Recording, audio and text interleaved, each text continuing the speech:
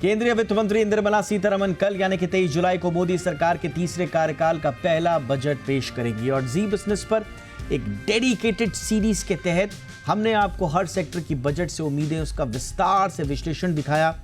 आज हम बजट में जितनी भी उम्मीदें पूरे सेक्टर इंडिविजुअल्स लगा रहे हैं उसका पूरा डिटेल्ड एनालिसिस करेंगे। खास मेहमानों के साथ देखेंगे कि कल आने वाले बजट की संभावित झलक क्या हो सकती है ताकि आपको कल के बजट की तैयारी करने में आसानी हो। शुरुआत करते हैं। हमारे साथ कुछ खास मेहमान भी होंगे, लेकिन उससे पहले ये खास रिपोर्ट आप देख लीजिए।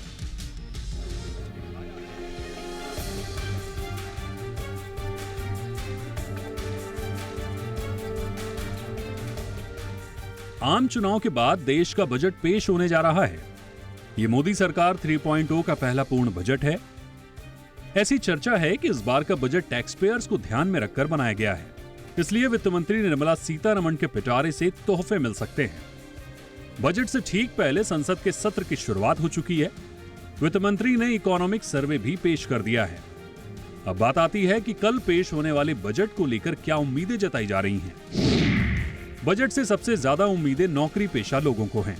मौजूदा आयकर स्लैब में बदलाव करके छोटे और मध्यम आय वर्ग को राहत दी जा सकती है। इनकम टैक्स फ्री इनकम की लिमिट बढ़ाई जा सकती है। वहीं स्टैंडर्ड डिडक्शन के मामले में भी नौकरी पेशा लोगों को राहत मिल सकती है। स्टैंडर्ड डिडक्शन की सीमा बढ़ाई जा सकती है। निवेश और बचत पर टैक्स छूट देने वाले इनकम टैक्स की धारा 80C की लिमिट को भी बढ़ाया जा सकता है।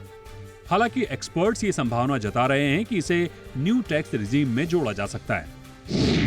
रिटायरमेंट फंड जैसे पीपीएफ, ईपीएफ और एनपीएस में निवेश पर छूट बढ़ाई जा सकती है। होम लोन के ब्याज भुगतान पर ज्यादा छूट दी जा सकती है। इससे रियल एस्टेट को भी बढ़ावा मिलेगा। रियल एस्टेट में इन दिनों लग्जरी सेगमेंट में ज्यादा दिलचस्पी बढ़ रही है, उसे देखते हुए भी बदलाव किया जा सकता है। स्वास्थ्य बीमा प्रीमियम पर छूट की सीमा बढ़ाई जा सकती है, जिससे स्वास्थ्य सेवाओं पर होने वाले खर्च को कम किया जा सके।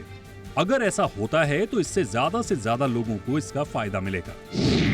अर्थशास्त्रियों का मानना है कि इस बजट में नई पेंशन प्रणाली और आयुष्मान भारत जैसी सामाजिक सुरक्षा से जुड़ी योजनाओं को लेकर कुछ घोषणाएं हो सकती हैं। ग्रामीण और कृषि संबंधी आवंटन बढ़ने, सूक्ष्म और लघु उद्योगों को बढ़ावा देने के लिए कदम उठाए जा सकते हैं। फाइनेंशियल ईयर 2024 में रियल जीडीपी ग्रोथ 8.2% रही। जियोपॉलिटिकल चुनौतियों के बावजूद इकोनॉमी बेहतर रही। ये अब तक का सबसे बेहतर प्रदर्शन रहा है। फाइनेंशियल ईयर 2025 में 6.5% से 7% जीडीपी ग्रोथ का अनुमान लगाया जा रहा है। कल पेश होने वाले बजट को लेकर पीएम नरेंद्र मोदी का कहना है कि ये अमृत काल का महत्वपूर्ण बजट है। अगले 5 साल का जो अवसर मिला है, ये बजट 5 सालों की दिशा तय करेगा। ये बजट 2047 के विकसित भारत के सपने को मजबूती देने वाला है। कुल मिलाकर कहें तो इंडिविजुअल हो या इंडस्ट्री, सबको बजट से कुछ ज्यादा की उम्मीदें हैं। ब्यूरो रिपोर्ट, जी मीडिया।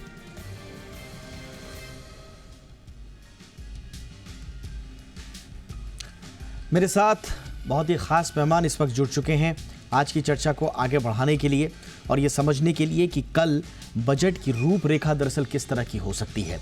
उनसे हम समझेंगे कि एक झलक कल के बजट की किस तरह से मिल रही है और ख़ास तौर से इकोनॉमिक सर्वे अब हमारे पास आ चुका है तो थोड़ा हेल्प उससे हमें ज़रूर मिलेगी। स्वागत करते हैं दीपक सूद साहब का, जो कि सेक्रेटरी जनरल हैं एसोचैम के। सूद सर, गुड इवनिंग, बहुत बहुत स्वागत है आपका। अजय बग्गा सर हमारे साथ हैं, मार्केट एक्सपर्ट हैं, जाने माने चेयरमैन हैं एलिमेंट्स प्लेटफॉर्म्स के। बग्गा सर, बहुत बहुत स्वागत है आपका हमारे शो पर। सबसे पहले सूद सर, आपका रिएक्शन, और बग्गा सर से तो हम पोस्ट इकोनॉमिक सर्वे के एनालिसिस में भी जुड़े थे तो उनका टेक उन्होंने बताया था, लेकिन आपका सर किस तरह से आप इकोनॉमिक सर्वे को ले रहे हैं और कुछ संकेत मिल रहे हैं क्या इससे कल के बजट के लिए? सी वेरी ब्रॉडली एक डायरेक्शन है कंट्री की जो चल रही है, and I think continuity and stability और प्रेडिक्टेबिलिटी जो है, I think will play a very major role. We have been placed well in the global value chain. हमारी जो दुनिया में एक पोजीशन बन गई है, whether it is on trade, whether it is on manufacturing, as a political position, I think India plays a very larger role. Indian market is a very, very large market, and therefore it is not something that anybody can ignore. Geopolitical scenarios के हिसाब से अगर आप देखें तो I think there have been a lot of challenges, and therefore what the world we were aware of is not the same world that we are today talking about. So there are protection mechanisms that have been put up. There are climate changes that are happening, climate challenges that are coming through. Security एक बड़ी major question लेके आ जाता है. So I think इस पूरे background के साथ जो challenges in front of India हैं, वो I think we are in a very strong position to meet those challenges. जो macros हैं इस country के इस वक्त I think by design are possibly the best that one has seen in decades. My sense is that the economic survey kind of aligns very clearly with all these factors, and उनके activity जो areas उन्होंने highlight किए हैं, I think these are the strategic areas where India needs to work, and I think directionally the budget should also kind of align on those in the long term vision basis. All right sir. Bhagat sir, जैसा sir ने भी कहा और आपसे भी हमारी चर्चा हो रही थी, जिस तरह के संकेत और इकॉनमी की स्टेट ऑफ इकॉनमी का एक झलक हमको जो दिखी है, कुछ थीम आप अगर निकाल पा रहे हैं क्या कंक्लूजन के रूप में कि कल बजट की थीम क्या होगी? ओवरऑल इकॉनमी होगी, आने वाले भविष्य की उसमें झलक होगी, या वापस आम आदमी जिसका कि पॉलिटिकल नफ़ा नुकसान भी है उस पर हम आएंगे अभी भी, या आम आदमी होगा, सैलरी क्लास होगा, मध्यम वर्ग या कारोबारी लोग होंगे? थीम क्या हो सकती है सर कल? जी दीपक जी, क्या होता है कि हर सेक्टर और हर सेगमेंट अपना अपना डिमांड्स रखते हैं और उनकी एक्सपेक्टेशंस रहती हैं, बट 5-6 महत्वपूर्ण मुद्दे जो कल देखे जाएंगे, एक तो कि सरकार का फिस्कल डेफिसिट कैसे रहता है। बहुत शानदार परफॉर्मेंस रही है पिछले साल की, जहाँ के 0.8% ऑफ जीडीपी से फिस्कल डेफिसिट कम हो गया, तो 6.4 से 5.6 अनुमानित फिस्कल डेफिसिट आ रहा है। वो 5.1 था इंटरिम बजट में, लगता है कि 5% तक वो ले आएंगे। दूसरा फोकस रहेगा इंफ्रास्ट्रक्चर पे, कंटिन्यूड जो फोकस रहे बजट का। 11.1 लाख करोड़ का बजट था इंटरिम, और लगता है कि वो जारी रहेगा, उसमें थोड़ा सा इजाफा और हो सकता है। तो इंफ्रास्ट्रक्चर दूसरा रहा। उससे क्या है कि क्वालिटी ऑफ एक्सपेंडिचर अच्छा है, क्योंकि जो इकोनॉमिक मल्टीप्लायर मिलता है इंफ्रास्ट्रक्चर की ग्रोथ से, वो कहीं गुना ज़्यादा है रेवेन्यू एक्सपेंडिचर से जो स्टिमुलस आ सकता है। बट स्टिमुलस भी दिया जाएगा क्योंकि कंजम्पशन में हमारी प्रॉब्लम है। प्राइवेट कंजम्पशन पिछले 5 सालों में 5% प्रति वर्ष के कैगर से बढ़ रहा है, तो उसको बढ़ाने की ज़रूरत है, क्योंकि भारत का अगर आप देखें खर्चा जो है 60% से ज़्यादा प्राइवेट कंजम्पशन एक्सपेंडिचर है, तो उसको प्रोत्साहन देने की बहुत ज़रूरत है। उसको कहाँ से प्रोत्साहन आता है? जॉब क्रिएशन, स्किल डेवलपमेंट, जो इकोनॉमिक सर्वे में ज़रूर उन्होंने कहा। और तीसरा है कि एग्रीकल्चर पे, जहाँ 45% नौकरियाँ अभी एग्रीकल्चर सेक्टर में बैठी हैं, और जो केवल 45% होते हुए भी केवल 18% से कम का उत्पादन कर पा रहे हैं। अगर आप जीवीए देखें तो एग्रीकल्चर 17.7% है, इंडस्ट्री लगभग 26% है, और 54% सर्विस में जॉब्स हैं। तो 45%, आधा आपका आबादी काम करने वाला एग्रीकल्चर पर निर्भर है, और केवल 18% वो बना रहे हैं जीडीपी का। तो बहुत ज़रूरी है कि एग्रीकल्चर वर्कर्स को अपस्किल करके ग्लोबल सप्लाई चेन में लाया जाए।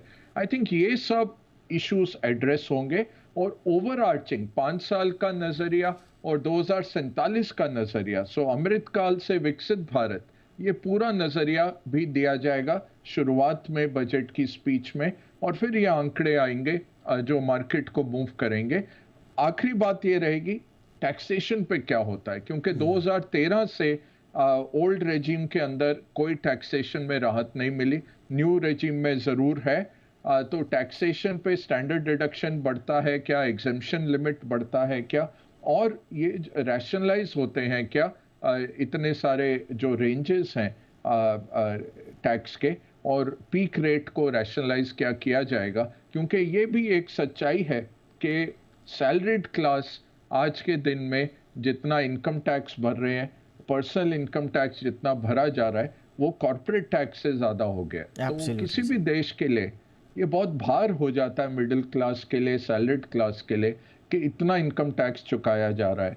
तो थोड़ा राहत दीपक जी उधर भी चाहिए कंजम्पशन की बढ़ोतरी करने के लिए। देखिए, अब चाहत तो सबकी है और जैसा एनालिसिस करके बग्गा सर ने बताया भी कि चाहिए, और अगर आपको इकोनॉमी को आगे बढ़ाना है, सर्कुलर फॉर्म में फिर पैसा देना है, हाथ में आप पैसा दोगे, आदमी के कंजम्पशन बढ़ेगा, फिर वो इकोनॉमी में घूम के आएगा।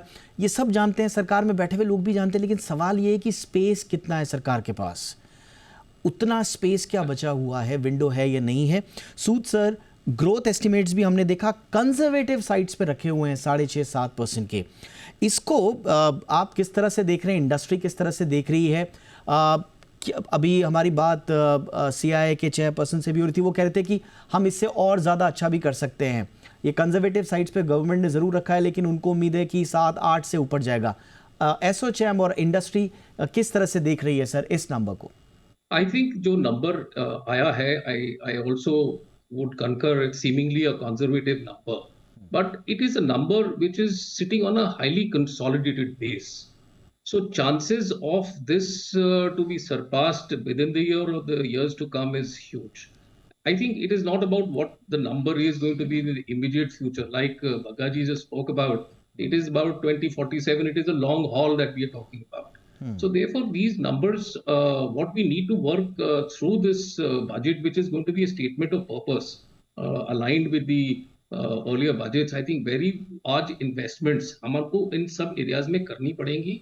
People, skills, jobs, education, उसको interlink कैसे किया जाए, market access हमारी कंपनियों को कैसे दिया जाए, तो medium, small, micro scale industry की कैपेबिलिटी को कैसे एनहांस किया जाए, जो उनके basic issues on financing hai and multiple other issues, how are we going to deal with those? And therefore, the purpose, statement of purpose could come out from the budget, direction could come out, and then a lot of work needs to do in continuation of all the efforts that have been put in the past.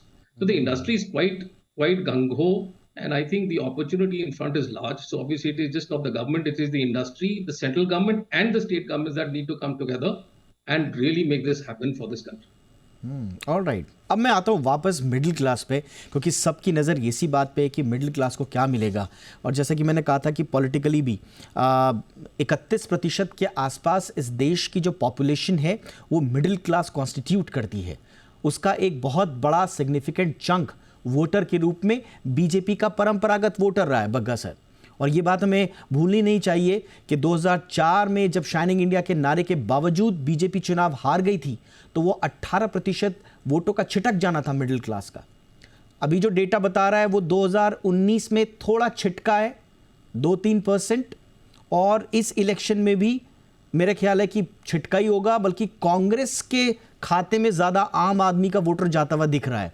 मैं इसलिए ये data बता रहा हूँ आपको, ये scenario इसलिए बता रहा हूँ क्योंकि पॉलिटिकली बीजेपी भी देख रही होगी कि उनकी नीतियों के कारण, टैक्स में रिलैक्सेशन के कारण, एक आम आदमी के मूर्त रूप से हाथ में पैसे ना आने के कारण पॉलिटिकल गेन्स भी नहीं हो रहे हैं उनको।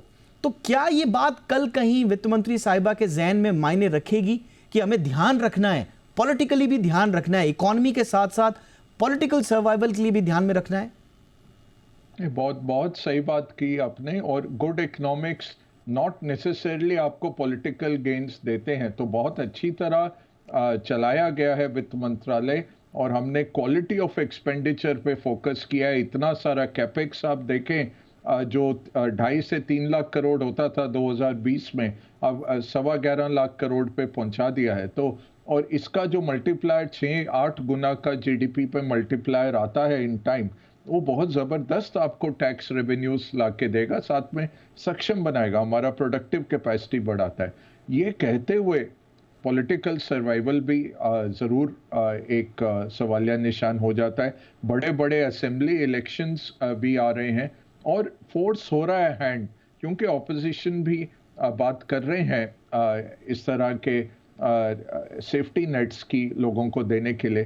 तो हमें लगता है जैसे पीएम किसान 6,000 रुपये से 8,000-9,000 रुपये शायद हो जाएगा, और आपने बात की फिस्कल स्पेस की, दीपक जी, इस बार ही यूनिक है कि तीन तरह से फिस्कल स्पेस आ रही है। अच्छा। एक तो कैश बैलेंस कैरी फॉरवर्ड हो रहा है। जनवरी से मार्च में इतना खर्चा नहीं हो पाया क्योंकि इलेक्शंस आने वाले थे और किसी तरह से स्टेट लेवल और सेंट्रल लेवल पे भी काफी पैसा बच गया। तो 1.7 लाख करोड़ सरकार के खजाने में था 1 अप्रैल को आरबीआई के पास, वो कैरी फॉरवर्ड होता है जो खर्चा नहीं हुआ। दूसरी बात है आरबीआई के डिविडेंड की, जो 80,000 करोड़ की उम्मीद थी, 2.1 लाख करोड़ आ रहा है, नियरली 0.4% ऑफ जीडीपी वो आपको एक्स्ट्रा मिल जाता है। तीसरा है जेपी मॉर्गन का बॉन्ड में जो पैसा आ रहा है, 90,000 करोड़ ऑलरेडी आ चुका है। जुलाई में 7,000 करोड़ का फिर से फॉरेन निवेश आया है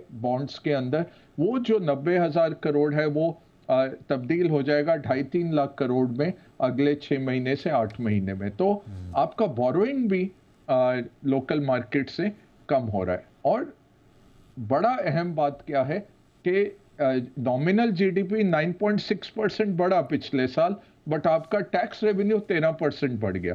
तो कंप्लायंस भी है इसमें, बेटर कंप्लायंस, घेराव भी है कि ज़्यादा लोग टैक्स रिटर्न भर रहे हैं और सरकार के सिस्टम्स अच्छे हैं, सक्षम हैं, जो लोगों को लेके आ रहे हैं इसके अंदर, चोरी चकारी कम हो रही है। और तीसरा जो शेयर ग्रोथ हो रहा है, ग्रोथ के कारण भी हमने देखा। और वो फिर से दीपक जी, जो पहले तिमाही का एडवांस टैक्स आया है वो बहुत जबरदस्त आया है फिर से। तो 9.6 नॉमिनल पे आपने 13.6% ग्रोथ किया टैक्स का, नियरली 1.4 टाइम्स का था।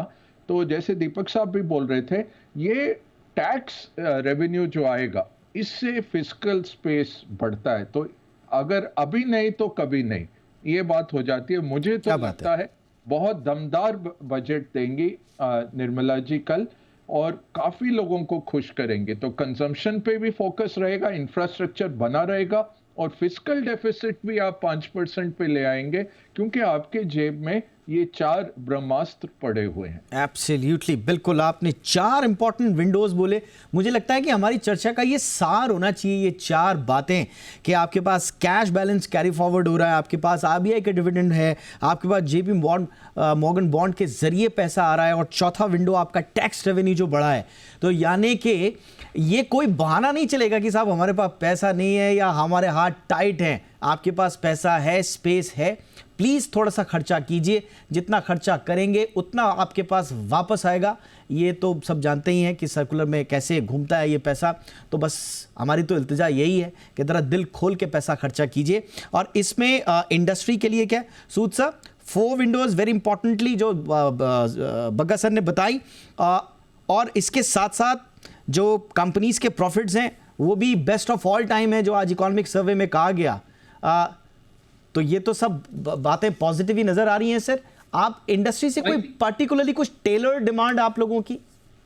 So I would not get into specifics, but I think जो मैक्रोज मैंने बात की थी शुरू में, जो बैंक्स की फिस्कल बैलेंस शीट्स हैं, the fiscal position of the country, जो इंडस्ट्री की profits, I think there are cycles of industry and they have now come through, their balance sheets are very good, their capacity utilisations have improved. तो ये एक right position है जहां पे एक capex आने के, प्राइवेट कैपेक्स का इंक्रीज होने का अनुमान भी लगता है, और कई सेक्टर्स में ऑलरेडी स्टार्ट भी हो चुका है। तो I think in the next 3 से 5 साल में काफी हद तक कैपेक्स होगा, which will obviously enhance capacity, which means demand, parallel demand has to be there. So demand जो है, वेदर इंडिया से आती है कि India and outside of India से आती है, सो आई थिंक वो सब चीज को क्लब करना पड़ेगा। जैसे भगत साहब बोल रहे थे, इंफ्रास्ट्रक्चर एक्सपेंडिचर कंटिन्यू रहना चाहिए, and I think that is the most important thing. हम अपना सारा पैसा इकोनॉमिक डिसीजंस पे लगाएं, जो आपको रिटर्न में एक गुड इन्वेस्टमेंट की तरह काम आता है, and therefore the multiplier is very very nice. We need to be competitive. I think logistic cost is still a problem in this country.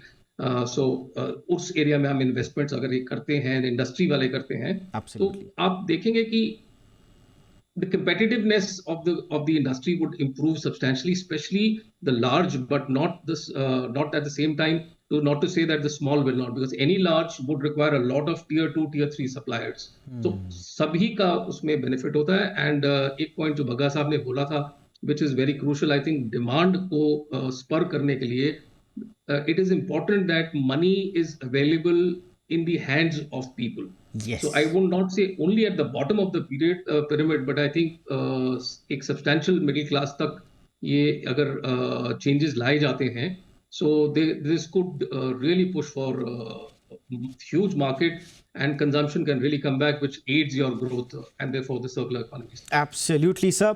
मैं अब संक्षेप में आप दोनों के रिएक्शंस लेना चाहूंगा जो कि बहुत important industry point of view से है और जिसको आज आर्थिक सर्वेक्षण में सरकार ने समाहित भी किया है और जी बिजनेस इसको पूरे मुद्दे को उठाते रहा है पिछले 3 साल से, और वो इशू है अनएम्प्लॉयबिलिटी का. सरकार का सर्वेक्षण खुद कह रहा है कि भारत में हर दूसरा व्यक्ति 2 में से 1 अनएम्प्लॉयबल है डिग्री के बावजूद. अब इस पर सरकार का ध्यान गया है. तो मैं बग्गा सर आपसे मेरी कई मरतबा इस मसले पर बातचीत हुई है और हम कह रहे थे कि इसको पॉलिसी में आप लेकर आइए. पॉलिसी में था स्किल इंडिया बाकी सब किया, वहाँ उस मोर्चे पर उतना शायद उतनी कामयाबी मिल नहीं पाई. अब इसको नए सिरे से एक्नॉलेज करना, लेकिन स्किल अप करेंगे कैसे, इसका रोड मैप क्या होगा, इसमें थोड़ा इस पर संशय है मेरे मन में. थोड़ा सा बताएं सर कि करना क्या होगा. बहुत फ्रंट्स पे ये मुहिम छेड़नी होगी. एक तो ये न्यू एजुकेशन पॉलिसी जो है वो भी काफ़ी फोकस स्किलिंग पे डाल रही है. अप्रेंटिसशिप का जो प्रावधान चल रहा है उससे है. साथ में कंपनियां CSR फंडिंग डाल रही हैं ऐसे कि एम्प्लॉयबिलिटी बढ़ाई जा सके, और अपना एसोचैम हो, CI हो, ये काफ़ी इंडस्ट्री बॉडीज़ भी इस तरह के फिनिशिंग कोर्सेज वगैरह को प्रोत्साहन देते हैं कि ताकि लोग इमीडिएटली जॉब्स में आ सके. आज इकोनॉमिक सर्वे में अगर आप पढ़ें तो जो फ्लेक्सी जॉब्स हैं दीपक जी, उसमें 80% जॉब 20 से 22 हज़ार रुपए के हैं. तो ये बहुत कम है किसी के लिए भी सरवाइव कर पाना. तभी आप 80 करोड़ लोगों को मुफ्त राशन हर महीने दे रहे हैं. Correct. क्योंकि वो बहुत बड़ा एक नीचे पड़ाव है जिसके नीचे लोग बिल्कुल सब्सिस्टेंस पे हैं. उनको लेके आना है आपको ग्लोबल लेवल्स पे कि वो ग्लोबल सप्लाई चेन को सप्लाई कर पाएं या इंफ्रास्ट्रक्चर बनाने में अग्रसर हो जाएं. उसके लिए स्किल बहुत ज़रूरी है. तो मुहिम छेड़नी पड़ेगी. ये अभी तक जो काम हुआ है, क्योंकि इतना बड़ा काम है, एक चीफ इकोनॉमिक एडवाइजर आज भी कह रहे थे कि 85 लाख 90 लाख नौकरियां हर साल चाहिए. कोई इकोनॉमी इतनी नौकरियां नहीं बना सकता, सरकारी तौर पे या फिर गैर सरकारी तौर पर भी. आपको एंटरप्रेन्योर क्रिएट करने पड़ेंगे, उनके लिए इकोसिस्टम बनाना पड़ेगा. तो MSME को और सक्षम करना पड़ेगा, बैंक्स को करना पड़ेगा कि वो उनको लोन्स दें के छोटे छोटे व्यवसाय सब शुरू कर सके. 90 लाख कहाँ से आप नौकरियां लाएंगे. कोई भी पार्टी आ जाए, बहुत आसान है किसी को भी कहना. दुनिया भर में ये इशू है, बहुत ज्यादा लोग हैं, उतना काम नहीं बचा है दुनिया में, और उतना रसद भी नहीं बची. और नहीं, आपने जो सबसे इंपॉर्टेंट बात बोली वो यही बोली कि जो फ्लेक्सी जॉब्स है, आप सिर्फ 70-80 lakh head count, I am sure इस देश में कोई भी पॉलिटिकल पार्टी आ जाए, उनको अगर सिर्फ एक सूत्रीय कार्यक्रम दे दिया जाए कि आपने कितनी जॉब्स दी, वो पकड़ पकड़ के हेड काउंट्स ले आएंगे. 70-80 लाख ले आएंगे सर. वो प्रॉब्लम क्या है जो आपने बोला कि वो जॉब्स एक्चुअल में कितना लाइवलीहुड जनरेट कर रही हैं. 8,000, 5,000, 10,000 पे आप ठीक है टेक्निकली उसको जॉब मिल गया, लेकिन उसका जीवन यापन नहीं होगा, उसके पास वो कंजम्पशन पावर नहीं आएगी, उल्टा वो लायबिलिटी अलग बन जाएंगे. इसलिए आपको द क्वालिटी ऑफ जॉब्स भी देखना पड़ेगा, जो शायद एक नया out of the box approach मांगती है. सूद साहब क्योंकि इंडस्ट्री से हैं तो उनका टेक फटाफट से ले लेते हैं सर. संक्षेप में एम्प्लॉयबिलिटी बढ़ाने के लिए क्या करना होगा. जैसे बग्गा जी ने बोला, I think it is going to be a multi faceted approach that one will have to take. हर सेक्टर का एक सेपरेट रिक्वायरमेंट है. जैसे टेक्सटाइल का अलग है, गारमेंट का अलग है, इंडस्ट्री फॉर एग्जांपल कंस्ट्रक्शन का अलग है, ब्रिज कंस्ट्रक्शन का अलग है, टनलिंग का अलग है. तो आप किसी भी किसी भी क्षेत्र में चले जाएं तो we will have to look at हमारे पास लोकल रिसोर्स क्या है, हमारे पास लोकल इंडस्ट्री क्या है, how quickly can we upskill those people to bring them to a job. जो आप बात कर रहे हैं उसके लिए industry, state government, district governments, इन सबको आके इस चीज को बनाना पड़ेगा। एक जो major point which I want to keep here is while you create a job of 20,000, 25,000, I think the poverty level of that job is not moving away. So we will have to also work as to how the poverty level with a job also is eradicated. Absolutely. And for that, I think we need to look at how we pay our salaries and how we make the salaries as a construct of the salary. All right sir, तो आप दोनों की बात सुन के अगर मैं लबोलुबाब निकालना चाहूँ तो आपने जो कहा था, मुझे लगता है कि कल जो है ना निर्मला मैम के दिमाग में दो बातें रहनी चाहिए। पहली बात सूद सर की, सूद सर ने कहा पैसा आदमी के हाथ में दीजिए, जितना ज़्यादा आप हाथ में देंगे उतना ज़्यादा कंजम्पशन साइकिल जो है वो सर्कुलर इकोनॉमी में आ पाएगी, नंबर वन। और दूसरा बात मैम को ये याद रखनी होगी कि बग्गा सर ने कहा है अभी नहीं तो कभी नहीं, आपके पास 4 विंडो हैं कमाई के, आप ना नहीं बोल सकते।